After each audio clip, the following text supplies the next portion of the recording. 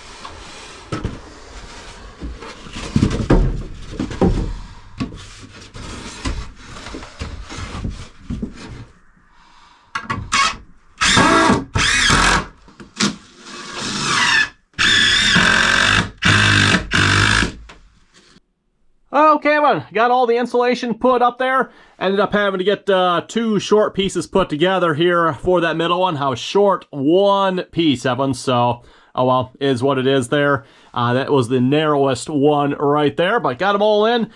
Screwed all the boards down tight, so hopefully the insulation is up in there as tight as we possibly can get it.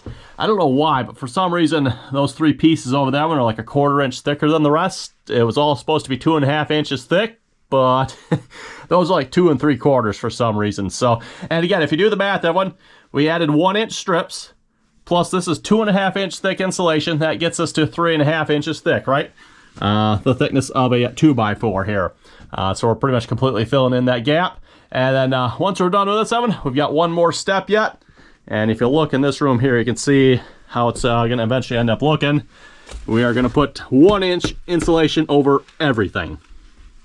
So yes, this will give us basically a 1-inch air gap between the insulation and the roof deck, Evan. Basically give us, I think they call it like a cold roof or something like that. Don't quote me on that term. I think there's actually like a term for that, but again, we're not actually like putting the insulation tight to the roof, Evan. We are leaving a 1-inch air gap in between there. And then of course that air gap is hopefully open to the outside. Still need to actually maybe like verify that yet. I don't have a ridge vent, Evan. I do plan on changing that here, but at least at the moment, there is no ridge vent. Plus, I mean, we're not sealed up in the attic yet. Once we're all said and done, Evan, I'll hopefully add a ridge vent, and this will be like completely sealed. Okay, let's start spray foaming, Evan. I got the spray foam loaded in the gun here. Let's get started.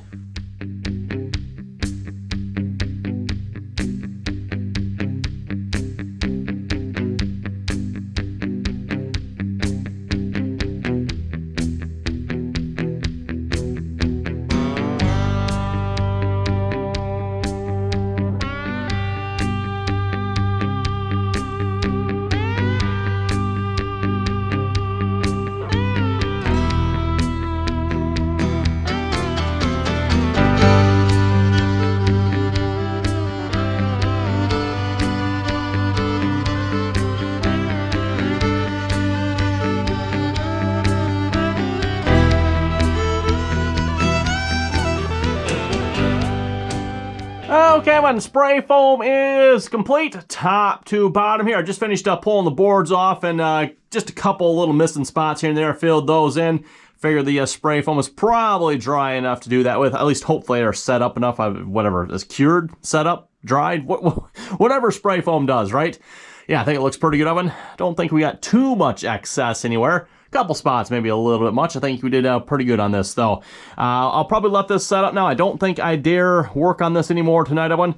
We'll let this set up overnight, and then we'll come back hopefully tomorrow, and we'll start trimming the excess off, make it flush, and then I'll put up the last layer of insulation there, hopefully, and that's just going to be a 1-inch insulation over everything. So, yeah, I think that looks pretty good, Evan. Looks pretty good, I think, and that'll hopefully work pretty well. If I remember, Evan, I do actually have a picture here of this part of the roof that's back here, and you can definitely tell the difference, Evan. We had a hard frost one morning. The rest of the roof, bare. Like, there was no frost on the roof, Evan. The section of the roof I have done here, there's frost. So that tells me that insulation is working, and it's working very well. So yeah, hopefully we'll have the same results here. And again, this is basically from the roof line all the way up almost to the peak at this point, Evan. So yeah, I'm pretty excited about this. Anyway, we'll resume this here again tomorrow, Evan.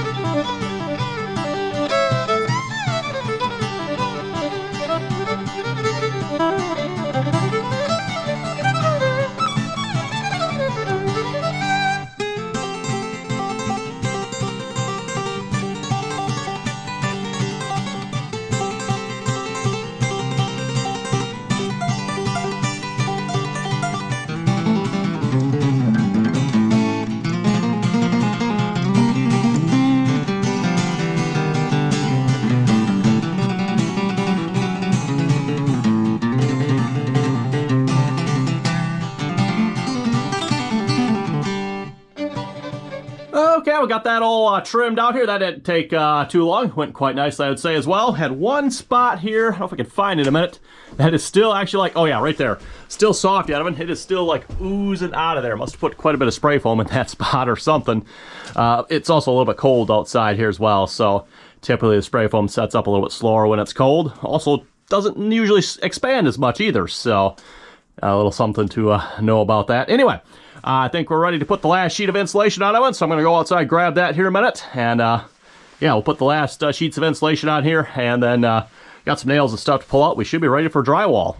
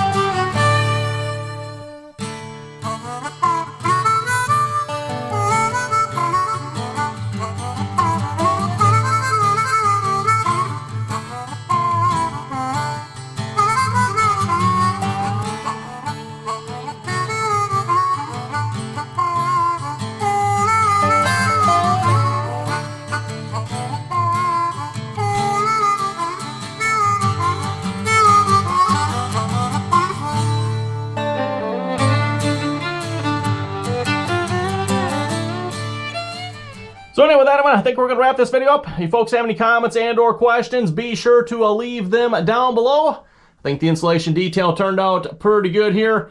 Again, we got the 2.5 inches plus the inch oven. That is covering everything. That should provide our thermal break here as well. So again, we got potential transfer of heat through the wood here. But with this insulation here, we are breaking that, or I think they call that a thermal break there. So yeah, pretty happy with that one. Went pretty good, I would say here. Got everything spray foamed here as well. So with that, again, until next time.